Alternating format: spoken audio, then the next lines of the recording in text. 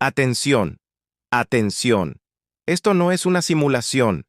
En este preciso instante, un suceso extraordinario está develándose, no en las calles, sino en el alma de la historia, en el corazón de la justicia misma. Señoras y señores, testigos del día, ustedes no están aquí por casualidad. Han sido convocados, no como simples espectadores, sino como el jurado de la historia, porque lo que están a punto de escuchar trasciende lo ordinario. Es un caso donde la verdad se viste de parábola, el alma se pone en juicio y cada decisión tiene un eco eterno. Bienvenidos a El informador del suceso dramatizado del día. Yo soy el señor Álvarez, su amigo y servidor, y hoy su veredicto podría cambiarlo todo. La vida, nuestra vida, sigue y seguirá por siempre su agitado curso. Y en ese curso, recordamos que la mediocridad es el homenaje que la envidia le rinde al talento. Hoy nos sumergimos en un mundo donde la doble cara de la moral es la verdad, no las mentiras a las que muchos se aferran. Como se ha dicho, nuestro Creador nunca dio la corrupción al hombre, pero el hombre la tomó, la perfeccionó y hoy la usa contra sí mismo, amenazando con destruir a la humanidad. La libertad, la justicia y la paz en el mundo tienen por base el reconocimiento de la dignidad intrínseca y de los derechos iguales e inalienables de todos los miembros de la familia humana. Sin embargo, el desconocimiento y el menosprecio de estos derechos han originado actos de barbarie ultrajantes para la conciencia de la humanidad. Se ha proclamado como la aspiración más elevada del hombre el advenimiento de un mundo en que los seres humanos, liberados del temor y de la miseria, disfruten de la libertad de palabra y de la libertad de creencias. Es esencial que los derechos humanos sean protegidos por un régimen de derecho, a fin de que el hombre no se vea compelido al supremo recurso de la rebelión contra la tiranía y la opresión. Con este solemne juramento a la verdad, comencemos nuestro viaje. Hoy el estrado no es de madera, sino de tiempo. Nos transportamos a la corona de Castilla, año de nuestro Señor, 1351, una época de reyes, caballeros y códigos de honor tan rígidos como el acero de sus espadas. Imaginen los pasillos fríos de un castillo, iluminados por antorchas parpadeantes que arrojan sombras danzantes sobre los muros de piedra.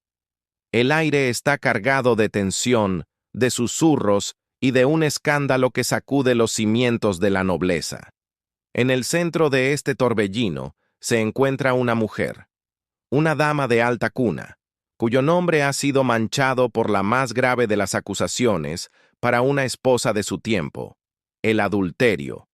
Su esposo, un noble influyente, la ha señalado públicamente. La acusación resuena en las cortes, en los mercados, en cada rincón del reino. Su honor, su reputación, su futuro entero, penden de un hilo. Visualicen la escena del juicio. No es una corte como las de hoy. Es una asamblea de hombres poderosos, guiados por las leyes y costumbres de la época. La mujer acusada se presenta ante ellos, probablemente vestida con sobriedad, con la mirada baja, sabiendo que su destino está sellado no tanto por las pruebas, sino por su condición de mujer en un mundo gobernado por hombres. El acusador, su propio marido, presenta su caso. Su palabra, la palabra de un hombre noble, tiene un peso inmenso. Quizás presenta testigos, cartas o simples rumores que, en la atmósfera febril del escándalo, se aceptan como verdades irrefutables. La defensa de la mujer, si es que la tuvo, sería una batalla cuesta arriba. ¿Cómo podía una mujer refutar la palabra de su esposo sin ser acusada de insubordinación, de desafiar el orden natural establecido? Cada palabra en su defensa podría ser torcida, usada en su contra. El sistema legal no estaba diseñado para encontrar la verdad objetiva, sino para mantener el orden social y, sobre todo, para proteger el linaje y el honor del varón. Y así, tras un proceso que hoy nos parecería una farsa, llega el veredicto. La balanza de la justicia, lejos de estar equilibrada, se inclina drásticamente. Para ella, la mujer noble acusada, la sentencia es brutal. No es la muerte, pero para una mujer de su estatus es una muerte en vida. Es condenada a ser recluida en un convento de clausura durante 10 largos años. 10 años de silencio, de penitencia, de olvido. 10 años separada del mundo, de su familia, de su propia identidad. Su vida social, sus derechos, su libertad, todo le es arrebatado. Es borrada del mapa de la sociedad. Su nombre susurrado solo como una advertencia. El convento se convierte en su prisión. Los muros que antes representaban devoción y paz, ahora son los barrotes de su celda. Cada día es un recordatorio de su crimen, un castigo diseñado no solo para penalizarla a ella, sino para enviar un mensaje a todas las mujeres del reino.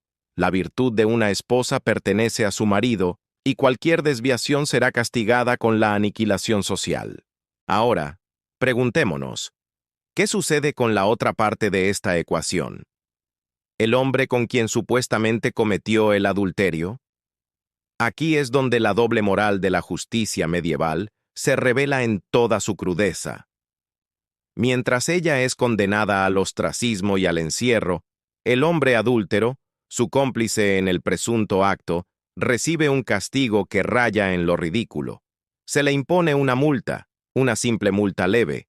No hay encarcelamiento, no hay reclusión, no hay vergüenza pública ni destrucción de su vida. Paga una suma de dinero y continúa con su existencia como si nada hubiera pasado. Su honor permanece intacto. Su posición en la sociedad no se ve amenazada. Este caso, documentado en las Cortes de Valladolid de 1351, cuyos registros se conservan en el Archivo Histórico Nacional de España, no es una anécdota aislada. Es un reflejo perfecto de un sistema legal y social profundamente desigual. Un sistema donde el honor era un concepto masculino y la castidad una obligación femenina. La ley no juzgaba el acto en sí, el adulterio, sino a quien lo cometía. El mismo pecado tenía dos varas de medir completamente distintas. Para el hombre, el adulterio era una transgresión menor, una falta contra la propiedad de otro hombre, el marido. Por eso se resolvía con una compensación económica. Pero para la mujer, el adulterio era una traición de proporciones catastróficas. Ponía en duda la legitimidad de los herederos, manchaba el linaje y destruía el honor de toda la familia. Por lo tanto, su castigo debía ser ejemplar, un borrado de su existencia. Pensemos en la psicología detrás de esta ley. Refleja un miedo profundo al poder femenino, a la autonomía de la mujer sobre su propio cuerpo y sus decisiones. El control sobre la sexualidad femenina era fundamental para mantener la estructura de poder patriarcal. La mujer era vista como un recipiente para la descendencia del hombre, y cualquier amenaza a esa pureza debía ser erradicada con dureza. Este caso de 1351 nos obliga a mirar nuestro propio presente. Han pasado casi 700 años. Las leyes han cambiado, las sociedades han evolucionado. Ya no encerramos a las mujeres en conventos por adulterio. Sin embargo, ¿hemos erradicado por completo esta doble moral? ¿Juzgamos realmente los actos de hombres y mujeres con la misma vara? Pensemos en cómo la sociedad y los medios a menudo tratan a las mujeres en escándalos públicos en comparación con los hombres. Pensemos en los juicios de valor que todavía se emiten sobre el comportamiento de las mujeres, su forma de vestir, su vida personal. Las sombras de las Cortes de Valladolid son largas. Aunque las leyes escritas son diferentes, los prejuicios culturales, esos códigos no escritos, a menudo persisten.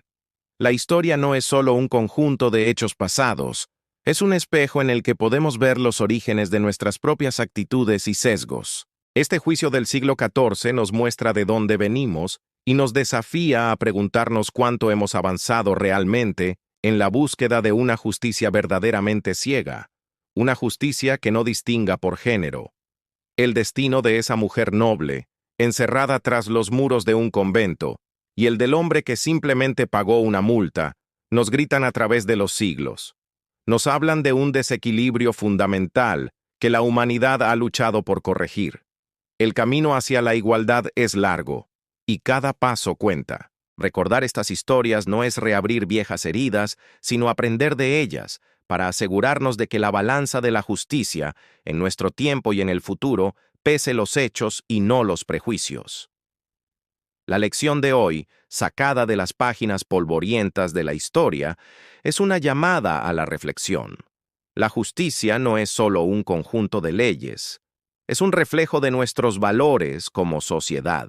Y mientras existan dobles raseros, mientras el género de una persona influya en la percepción de su culpabilidad o en la severidad de su castigo, nuestra aspiración de un mundo justo seguirá siendo solo eso, una aspiración.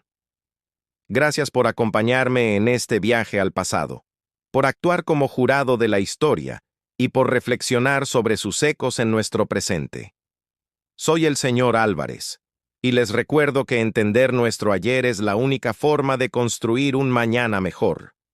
Si este viaje por la historia les ha parecido revelador, no olviden darle a me gusta, compartirlo y suscribirse al canal para no perderse nuestro próximo suceso dramatizado. Su apoyo nos permite seguir desenterrando estas importantes lecciones del pasado.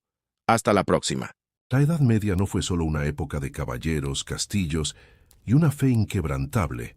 Tras los muros de piedra y las vidrieras de las catedrales se escondía un mundo de deseos reprimidos, pasiones secretas y prácticas consideradas tan pecaminosas que podían llevar a una persona directamente a la hoguera. Mientras la Iglesia Católica dictaba todos los aspectos de la vida cotidiana, incluyendo lo que sucedía entre cuatro paredes, hombres y mujeres encontraban formas creativas de burlar las reglas sagradas, desde posiciones prohibidas en el lecho conyugal hasta encuentros clandestinos que desafiaban todas las normas morales de la época.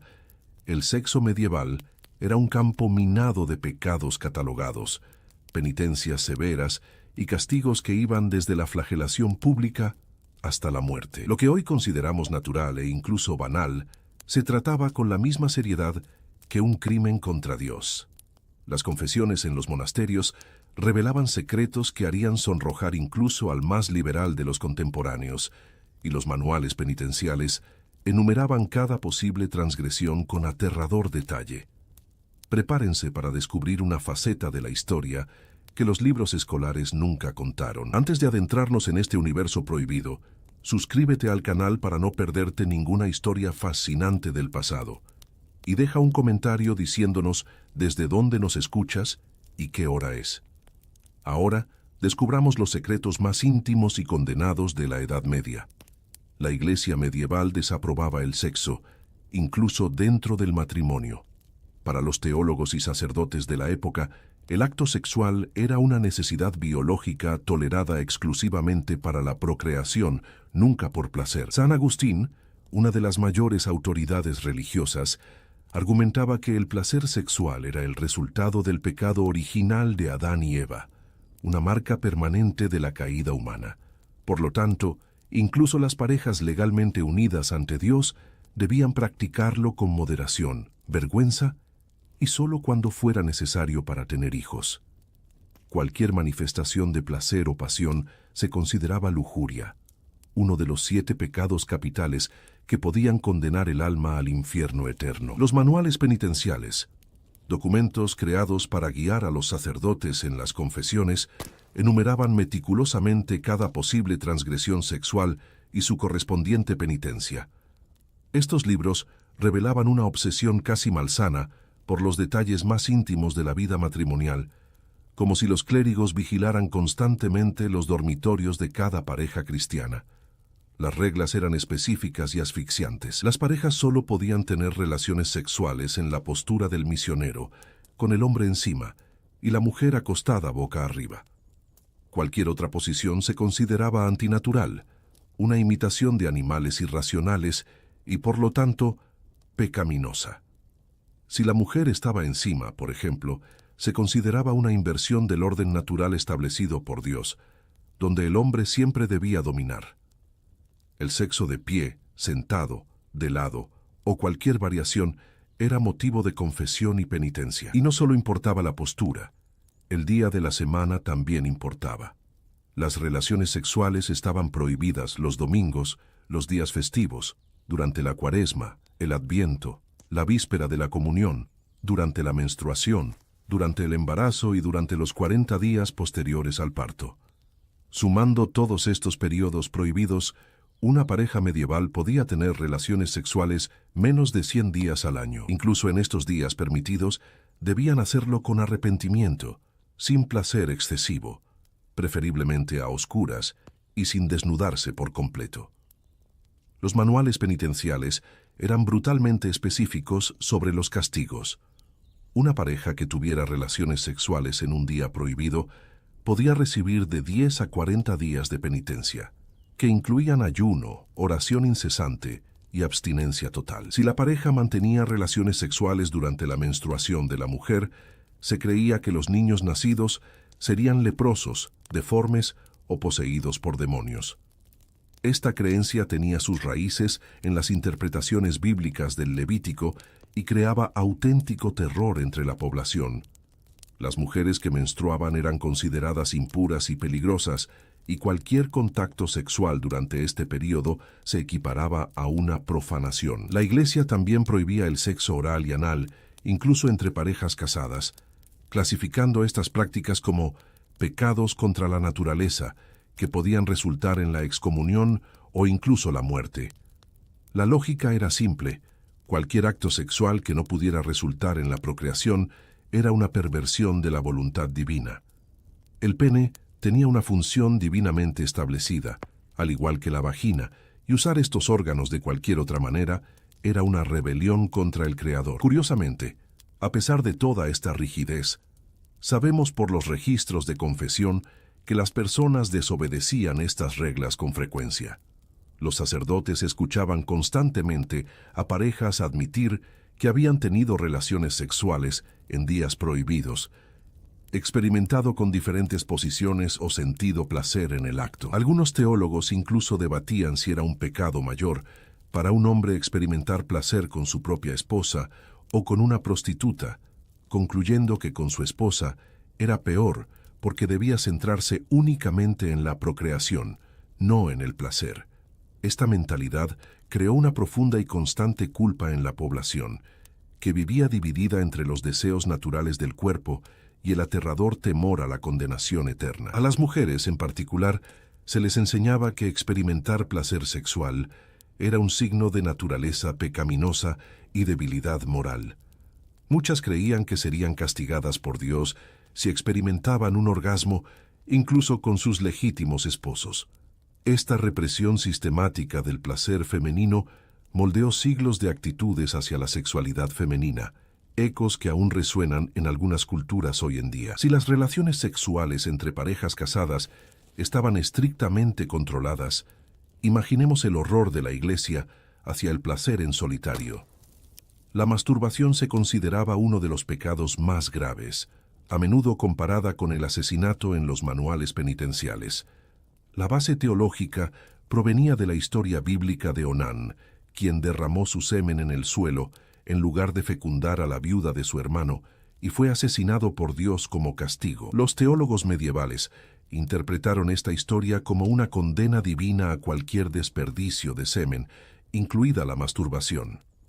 Santo Tomás de Aquino, el gran filósofo de la Iglesia, clasificó la masturbación como un pecado contra natura, peor que la violación o el incesto, porque violaba por completo el propósito procreativo del sexo. En la lógica escolástica de la época, era mejor obligar a una mujer a tener relaciones sexuales, lo cual podría resultar en un embarazo, que desperdiciar solo semen, lo cual nunca generaría vida. Los castigos por masturbación eran severos y humillantes. Un hombre que confesara este pecado podía recibir 40 días de ayuno, azotes públicos u horas de rodillas sobre piedras. Para los monjes jóvenes y novicios, que eran especialmente vigilantes con este pecado, los castigos incluían aislamiento total, privación de sueño e incluso azotes públicos como ejemplo para los demás. Los dormitorios monásticos estaban diseñados para impedir la privacidad, con camas separadas por finas cortinas y supervisores que hacían rondas nocturnas. A los jóvenes se les enseñaba a dormir con las manos visibles fuera de las mantas para evitar la tentación. Algunos monasterios exigían a los monjes que durmieran con las manos atadas o con guantes gruesos. La paranoia en torno a la masturbación masculina era tan intensa que cualquier contaminación nocturna involuntaria debía ser confesada, aunque generalmente recibía una penitencia más leve porque no implicaba voluntad consciente. Aún así, las frecuentes emisiones nocturnas se consideraban una señal de pensamientos impuros durante el día, lo que indicaba la necesidad de una oración y un ayuno más intensos. Para las mujeres, el tema era aún más complejo y estaba envuelto en la ignorancia. La anatomía femenina era poco comprendida, y muchos teólogos ni siquiera reconocían que las mujeres pudieran experimentar placer sexual o buscar la autogratificación. Cuando lo hacían, lo trataban con aún mayor horror. Una mujer que se tocaba era vista como poseída por demonios o una bruja en potencia. Las confesiones femeninas sobre la masturbación eran poco frecuentes, no porque no la practicaran, sino porque el tabú era tan profundo que muchas ni siquiera sabían cómo confesarse, o temían consecuencias devastadoras. Algunas mujeres acusadas de brujería eran interrogadas sobre prácticas solitarias, y las confesiones podían llevar a la tortura o la ejecución. Se creía que el diablo visitaba a las mujeres en forma de íncubo, un demonio sexual masculino, y cualquier placer solitario se interpretaba como una relación con demonios. Los objetos que podían usarse para la masturbación femenina, si se descubrían, se consideraban evidencia de brujería. Los médicos medievales, siguiendo las antiguas teorías de Galeno e Hipócrates, tenían opiniones contradictorias sobre el tema. Algunos creían que la retención prolongada de semen en los hombres causaba enfermedades, lo que creaba una tensión con las enseñanzas de la Iglesia sobre la abstinencia. En el caso de las mujeres, la histeria se diagnosticaba como una acumulación de humores en el útero debido a la falta de actividad sexual, y algunos médicos sugerían en secreto la estimulación como tratamiento, aunque esto nunca se podía admitir abiertamente. Esta contradicción entre la medicina y la teología creaba confusión y sufrimiento. Monjes y sacerdotes que habían hecho votos de castidad se enfrentaban a constantes batallas internas, y algunos desarrollaban lo que hoy reconoceríamos como neurosis sexuales graves. Los escritos personales de algunos clérigos revelan obsesiones atormentadas con la pureza sexual, descripciones de tentaciones demoníacas nocturnas y una culpa aplastante por los fracasos. La represión sexual institucionalizada de la Iglesia medieval creó generaciones de personas atormentadas por la culpa por funciones corporales completamente naturales, un legado de sufrimiento psicológico cuya magnitud apenas comenzamos a comprender.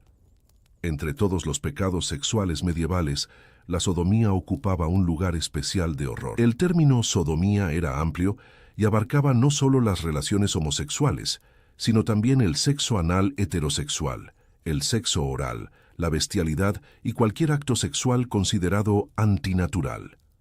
Literalmente se le llamaba el pecado indecible o vicio nefasto, tan terrible que muchos no se atrevían a mencionarlo. La base teológica provenía de la destrucción bíblica de Sodoma y Gomorra, interpretada como un castigo divino por prácticas sexuales desviadas. Para la mentalidad medieval, la sodomía no era solo un pecado individual, sino una amenaza para el orden social y cósmico. Se creía que Dios castigaba a comunidades enteras donde se toleraba, enviando plagas, hambrunas, guerras y desastres naturales. Cada calamidad podía interpretarse como un castigo por la excesiva tolerancia hacia los sodomitas. La persecución de los hombres acusados de sodomía se intensificó especialmente en los siglos XIII y XIV, coincidiendo con el fortalecimiento del poder eclesiástico y el establecimiento de la Inquisición. Antes de eso, aunque teológicamente condenada, la práctica se castigaba con penitencias relativamente leves en muchos lugares. Pero a medida que la Iglesia consolidó el control social, los castigos se volvieron brutales. En muchos reinos, la sodomía se convirtió en un delito capital castigado con la hoguera. Concretamente, la quema viva sin el privilegio de estrangulación previa concedido a otros criminales. La elección de la hoguera tenía un simbolismo deliberado: purificación por el fuego, destrucción completa del cuerpo pecador e imposibilidad de resurrección en el juicio final. Las ejecuciones eran públicas y elaboradas, sirviendo como espectáculo de terror y advertencia. Se convocaba a multitudes para presenciarlas, y la Iglesia aprovechaba estos momentos para predicar sermones sobre moralidad sexual y obediencia. Irónicamente, las instituciones religiosas, en particular los monasterios masculinos, a menudo eran sospechosas de albergar sodomitas. La vida monástica colocaba a los jóvenes en constante proximidad, lejos de las mujeres, lo que creaba situaciones que preocupaban a las autoridades eclesiásticas. Ciertas normas monásticas prohibían a los monjes dormir juntos, bañarse juntos o estar solos en lugares apartados. Algunos monasterios instalaban serenos para evitar las amistades privadas entre monjes. A pesar de ello, los registros históricos y los procedimientos inquisitoriales revelan que sí existían relaciones entre monjes, a veces toleradas discretamente si se mantenían con discreción, otras veces severamente castigadas cuando estallaban los escándalos. La hipocresía era evidente. Algunos clérigos de alto rango mantenían a sus favoritos masculinos mientras predicaban contra la sodomía, protegidos por sus posiciones de poder. Para las mujeres, las relaciones homosexuales teóricamente también eran sodomía, pero en la práctica rara vez se perseguían con la misma ferocidad. La mentalidad patriarcal medieval tenía dificultades para concebir el sexo sin la penetración masculina, por lo que las relaciones entre mujeres a menudo se invisibilizaban o no se tomaban en serio. Cuando se descubrían, podían ser castigadas, pero generalmente con penitencia o prisión, rara vez con la muerte. La excepción eran los casos en que una mujer usaba objetos para la penetración, especialmente consoladores, que se consideraban una imitación blasfema del órgano masculino y podían conllevar severos castigos. Algunas mujeres acusadas de mantener relaciones con otros eran obligadas a contraer matrimonios concertados como cura. La relativa invisibilidad de la homosexualidad femenina en los registros históricos no significa que no existiera, sino que refleja la exclusión general de las mujeres de la documentación histórica y la incapacidad de la mentalidad patriarcal para reconocer la sexualidad femenina independiente. Pero lo más intrigante es la evolución semántica de sodomía para incluir la bestialidad. Las relaciones sexuales con animales se clasificaban como tan graves como las relaciones homosexuales, ambas pecados contra natura. Los castigos variaban según la región, pero a menudo implicaban la ejecución tanto de la persona como del animal, que se consideraba cómplice y debía ser destruido.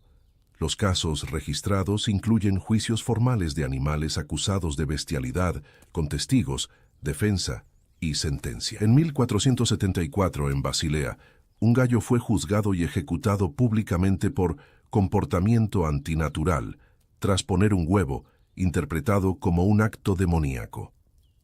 Estos extraños juicios revelan una mentalidad en la que el orden natural divino era tan rígido que incluso los animales podían ser considerados agentes morales responsables de sus actos.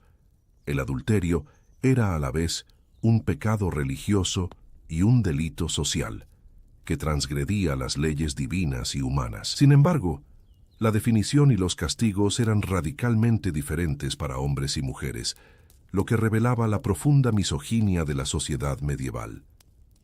Para una mujer casada, cualquier relación sexual fuera del matrimonio era adulterio, un pecado grave que manchaba no solo su alma, sino también el honor de toda su familia. Para los hombres, la situación era más compleja e hipócrita. Un hombre casado que tenía relaciones con una mujer soltera o una prostituta técnicamente pecaba, pero no cometía adulterio en el pleno sentido legal. El adulterio masculino solo se reconocía cuando involucraba a una mujer casada, porque violaba la propiedad y el honor de otro hombre. Esta distinción legal reflejaba la visión de las mujeres como propiedad masculina, primero de sus padres, luego de sus maridos, cuya castidad garantizaba la legitimidad de la herencia. Los castigos para las mujeres adúlteras eran públicos, crueles y buscaban la máxima humillación. Dependiendo de la región y la época, podían incluir la flagelación pública en la plaza del pueblo, con la mujer atada semidesnuda a un poste, mientras la multitud observaba y a menudo participaba arrojando excrementos. Algunas eran obligadas a caminar por las calles vestidas únicamente con una camisa blanca manchada, símbolo de impureza, y portando velas encendidas mientras los sacerdotes las acompañaban proclamando sus pecados. A menudo se les cortaba o afeitaba el cabello por completo, una marca visual permanente de vergüenza. En casos extremos, especialmente cuando el marido traicionado era un hombre poderoso, era posible la ejecución, ya sea por ahorcamiento o ahogamiento. Algunas regiones practicaban el entierro en vida, donde la adúltera era colocada en una fosa y se le arrojaba tierra encima hasta que moría. Incluso cuando no eran ejecutadas, estas mujeres se convertían en marginadas sociales, incapaces de reintegrarse, a menudo obligadas a prostituirse para sobrevivir. Para los hombres, las consecuencias eran comparativamente leves. Un hombre sorprendido en adulterio con una mujer casada podía ser multado, obligado a hacer penitencia pública o incluso azotado, pero rara vez ejecutado. En muchos casos, especialmente entre nobles, el asunto se resolvía económicamente entre familias, con una compensación al marido ofendido. Nobles y reyes mantenían amantes abiertamente, a veces instalándolas en sus propias residencias y reconociendo a los hijos ilegítimos sin perder respetabilidad. La doble moral era impactante. Mientras que las mujeres eran destruidas por un solo desliz, los hombres coleccionaban conquistas sexuales como marcas de virilidad. Algunos maridos incluso consideraban natural tener amantes tras el nacimiento de herederos legítimos, siempre que mantuvieran discreción y no avergonzaran públicamente a sus esposas. La Iglesia condenaba oficialmente, pero en la práctica toleraba, esta hipocresía masculina mucho más que cualquier desviación femenina. El compañero masculino de una mujer adúltera también corría riesgos, pero diferentes. Si era soltero, podía ser azotado, multado o exiliado. Si estaba casado, también cometía un pecado grave, pero a menudo se libraba con penitencia. El verdadero peligro residía en enfrentarse a la venganza del marido traicionado. Las leyes medievales de muchas regiones permitían a un esposo matar al amante de su esposa si era sorprendido en el acto, sin enfrentar cargos de asesinato. Esto creó un sistema de justicia masculina privada donde los hombres podían ejecutar a otros hombres en defensa de su honor. Algunos esposos organizaban elaboradas emboscadas para atrapar a esposas sospechosas de tener amantes, consiguiendo testigos para legitimar los asesinatos posteriores. Estos homicidios justificados a veces se celebraban como muestras de honor masculino. Los casos de adulterio que involucraban a figuras prominentes se convirtieron en escándalos políticos con consecuencias devastadoras. Ana Bolena, la segunda esposa de Enrique O'Pano de Inglaterra, fue ejecutada en 1536, acusada de adulterio múltiple, incesto y traición. Aunque la mayoría de los historiadores ahora creen que los cargos fueron inventados para permitir que Enrique volviera a casarse. El caso ilustra cómo las acusaciones de adulterio femenino podían ser armas políticas. Las mujeres nobles vivían bajo vigilancia constante, su correspondencia interceptada, sus movimientos monitoreados y cualquier indiscreción sospechosa denunciada. Algunas reinas y duquesas tenían damas de compañía cuya verdadera función era espiarlas para sus maridos. La paranoia sobre la infidelidad, el miedo a criar al hijo de otro hombre, dominaba la psicología masculina medieval y justificaba el control obsesivo sobre la sexualidad femenina. La Iglesia medieval tenía normas extraordinariamente complejas que regulaban quién podía casarse con quién, y las violaciones de estas normas se consideraban formas de incesto. El concepto se extendía mucho más allá de las relaciones entre parientes directos. Durante siglos, la Iglesia prohibió los matrimonios hasta el 7º grado de consanguinidad, lo que significaba que prácticamente cualquier persona de la misma aldea tenía un parentesco prohibido. Los primos terceros y cuartos no podían casarse. Tampoco las personas emparentadas por afinidad, Es decir, si un hombre estaba casado, tras la muerte de su esposa, no podía casarse con ningún pariente de ella, incluidos primos lejanos. Aún más extraño, los padrinos y ahijados creaban parentescos espirituales que prohibían el matrimonio no solo entre ellos, sino también entre sus familias. Si eras el padrino de un niño, no podías casarte con la madre del niño si enviudaba, ni con sus hermanas. Estas normas creaban una red casi infranqueable. El propósito oficial de estas normas era mantener la pureza moral y evitar la endogamia, pero sus efectos prácticos eran más complejos. Para la nobleza, las restricciones limitaban las alianzas matrimoniales estratégicas, obligando a las familias a solicitar constantemente dispensas papales. Estas dispensas eran costosas, creando una lucrativa fuente de ingresos para la Iglesia. Los nobles pagaban fortunas por el permiso para casarse con primos, a menudo necesario para consolidar el poder y la propiedad. Las familias reales europeas se casaban repetidamente entre sí, obteniendo siempre dispensas a cambio de una tarifa. Esto creaba una situación hipócrita en la que los ricos podían comprar su elusión de las normas que los pobres debían obedecer estrictamente. Para los campesinos, las normas causaban auténticos problemas. En aldeas pequeñas y aisladas, todos tenían algún grado de parentesco, lo que hacía casi imposible los matrimonios legítimos sin viajar grandes distancias. Cuando se celebraban matrimonios prohibidos sin dispensa, las consecuencias podían ser devastadoras. La Iglesia podía anular el matrimonio retroactivamente, declarándolo inválido. Esto convertía a los hijos ilegítimos, sin derecho a herencia, en bastardos.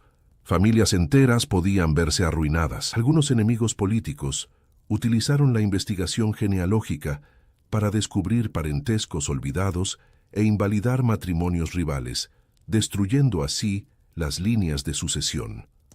La anulación del matrimonio de Enrique VIII de Inglaterra con Catalina de Aragón, parcialmente justificada por su anterior matrimonio con el hermano fallecido de Enrique, lo que creó una afinidad prohibida, cambió la historia religiosa europea y condujo al cisma anglicano. Este ejemplo muestra cómo las normas sobre el incesto podían tener enormes ramificaciones políticas.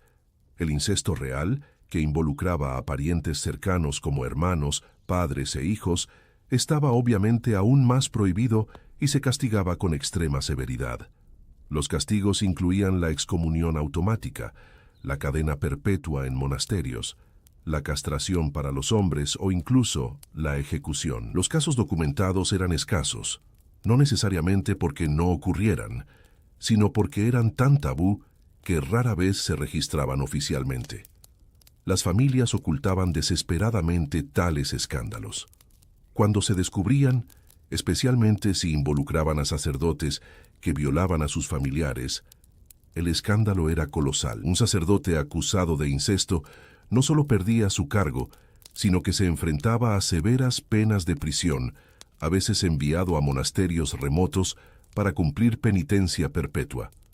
La Iglesia consideraba estos casos como doble traición, una violación de los votos de castidad y una violación de las leyes naturales y divinas. Curiosamente, el Concilio de Letrán de 1215 redujo las prohibiciones de consanguinidad del séptimo al cuarto grado, reconociendo que las normas anteriores eran imprácticas y creaban más problemas que soluciones.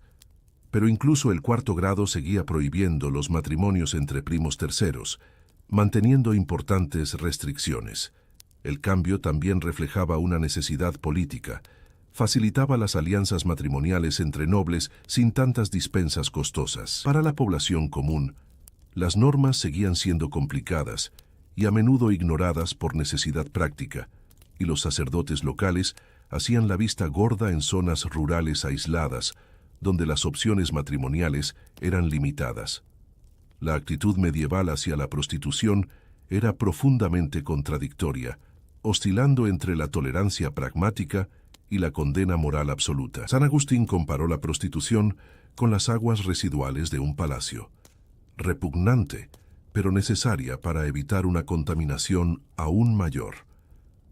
La lógica era que los hombres tenían apetitos sexuales insaciables que, de no ser liberados de alguna manera, resultarían en delitos peores como la violación, el adulterio con mujeres respetables o la sodomía. Las prostitutas funcionaban como una válvula de escape social, absorbiendo los peligrosos impulsos masculinos y protegiendo la castidad de las mujeres virtuosas. Esta perspectiva permitió la existencia de burdeles en muchas ciudades medievales, a veces incluso administrados o autorizados por las autoridades municipales o eclesiásticas. Algunas ciudades establecieron burdeles municipales, cobrando tarifas y regulando sus prácticas, convirtiendo la prostitución en una fuente de ingresos públicos. Las prostitutas, aunque funcionalmente toleradas, vivían vidas de cruel marginación. Se les obligaba a usar ropa distintiva, a menudo de colores específicos como el amarillo o el rojo, o prendas específicas como cinturones o velos, para ser identificadas públicamente. No se les permitía asistir a la iglesia durante el horario habitual, solo en horarios designados. Se les prohibía usar joyas, ropa fina o cualquier artículo asociado con la respetabilidad. En muchas ciudades, debían vivir en distritos específicos, separadas de la población respetable. Sus casas estaban marcadas con letreros externos y podían ser atacadas impunemente por jóvenes durante ciertas festividades. Algunas ciudades celebraban rituales anuales de humillación en los que las prostitutas eran obligadas a desfilar en público, a veces desnudas o semidesnudas, sometidas a insultos y abusos físicos por parte de la multitud. Estos rituales servían como reafirmación de las jerarquías morales. La sociedad dependía de estos servicios, pero despreciaba a quienes los prestaban. Legalmente, las prostitutas tenían muy poca protección. No podían testificar ante los tribunales. Los contratos con ellas eran inaplicables. Si eran robadas, violadas o golpeadas, rara vez se hacía justicia. Los clientes que se negaban a pagar no enfrentaban consecuencias. Los proxenetas las explotaban brutalmente, manteniendo a las mujeres perpetuamente endeudadas. Muchas prostitutas eran niñas pobres, huérfanas o viudas sin otras opciones económicas.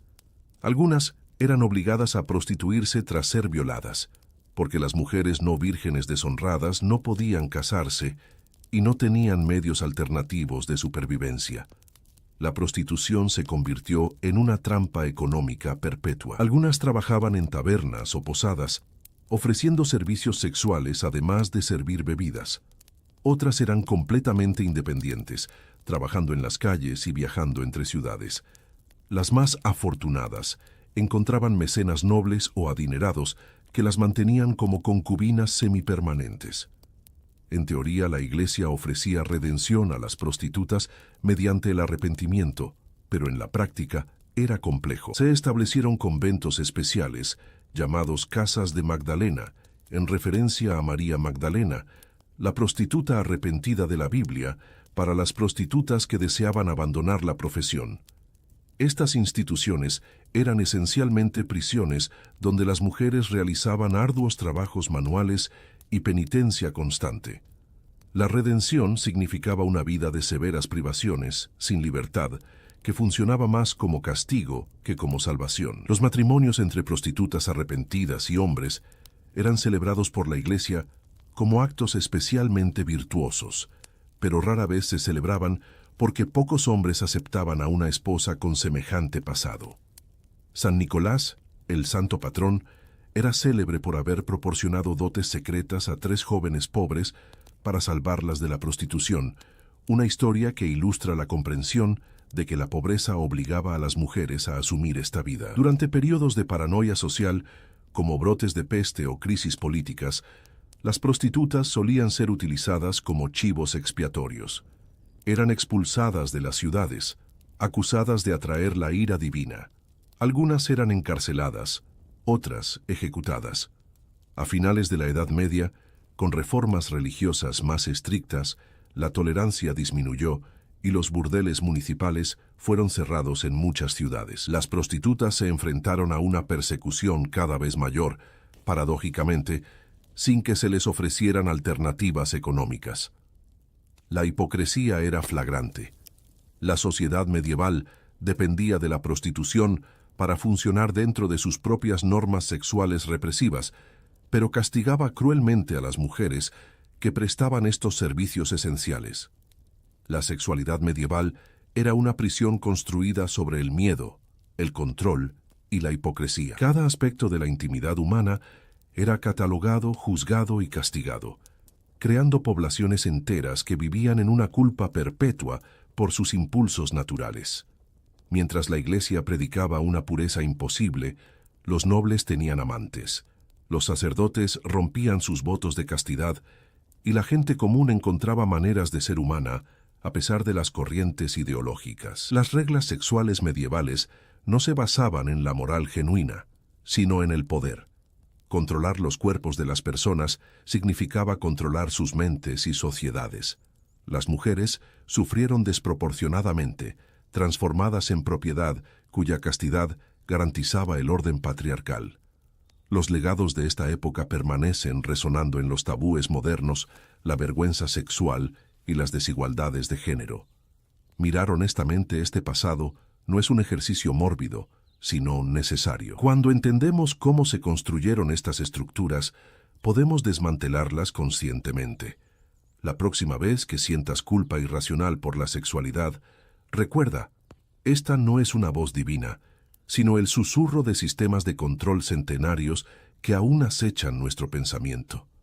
Liberarte intelectualmente de estas cadenas es el primer paso hacia la libertad genuina. Cuestiónate siempre de dónde provienen tus creencias más profundas sobre el bien y el mal, lo puro y lo impuro, lo natural y lo antinatural.